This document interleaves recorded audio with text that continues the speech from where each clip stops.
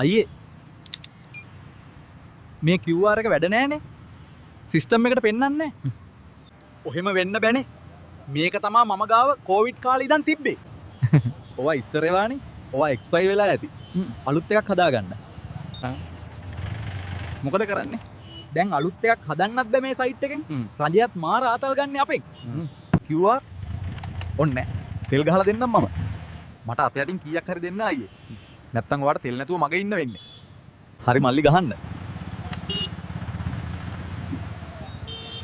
ගෙදර යන්නත් ඕනේ නේ. දැන් ඔයාලම හිතලා බලන්න. ඇයි මේ රජය හරියට වැඩ කරන සිස්ටම් එකක් හදලා හැමෝටම අලුතින් QR එකක් හදාගන්න පහසුකම දෙන්නේ නැත්තේ? ඇයි තාමත් අර කොවිඩ් කාලේ හදපු පරණ QR එකෙන්ම තෙල් ගහන්න පුළුවන් කියන්නේ? මේකෙන් වෙන්නේ රටේ අහිංසක මිනිස්සු නිකරුණේ අපහසුතාවයට පත් වෙන එකයි. බලධාරීන් මේකට වහාම අවධානය යොමු කරලා ලේසියෙන් අප්ඩේට් කරන්න පුළුවන් ආරක්ෂිත සිස්ටම් එකක් හදන්න ඕනේ. නැත්නම් මේ අක්‍රමිකතා කවදාවත් නවතින්නේ නැහැ. මේ පණිවිඩය අදාළ තැන්වලට යනකම් හැමෝම දැනුවත් කරන්න. මේ වීඩියෝ එක ෂෙයා කරන්න. එහෙනම් ඔයාලට ජය වේවා.